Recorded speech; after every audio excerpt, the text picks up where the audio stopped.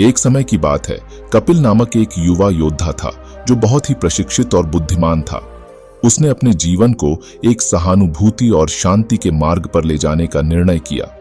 उसने अपने गांव को छोड़कर संत सिद्धार्थ बनने का संकल्प किया।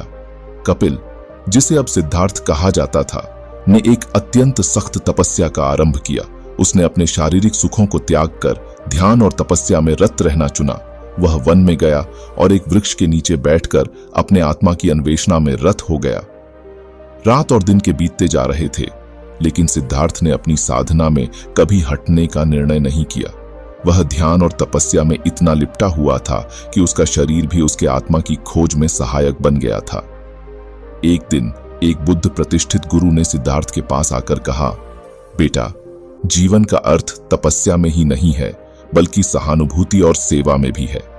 तुम्हें अपने अंदर के अद्वितीयता को खोजने के साथ साथ दुनिया के साथ भी जुड़ना होगा।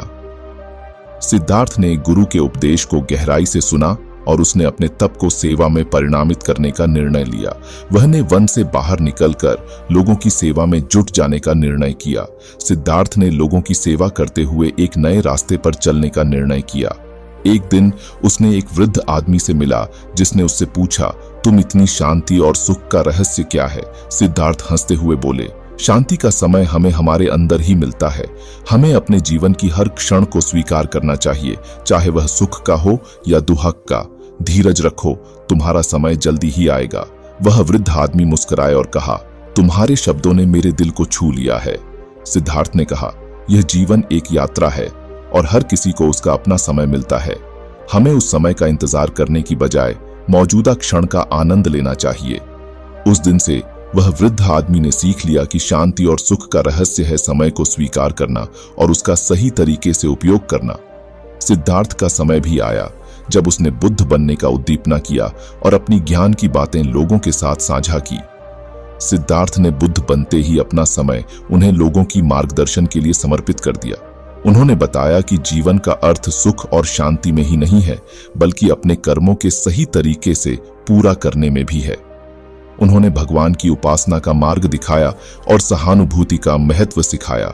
उनके उपदेशों ने लोगों के जीवन में सकारात्मक परिवर्तन की शुरुआत की, जिसने समाज को शांति और समृद्धि की दिशा में मोड़ दिया।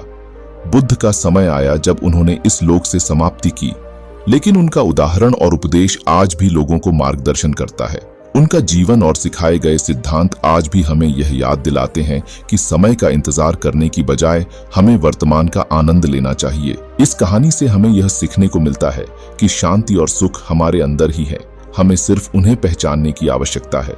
बुद्ध का उदाहरण हमें यह सिखाता है कि सफलता का मतलब सिर्फ व्यक्तिगत सुख नहीं होता, बल्कि सामाजिक सुख और समृद्धि में भी होता है।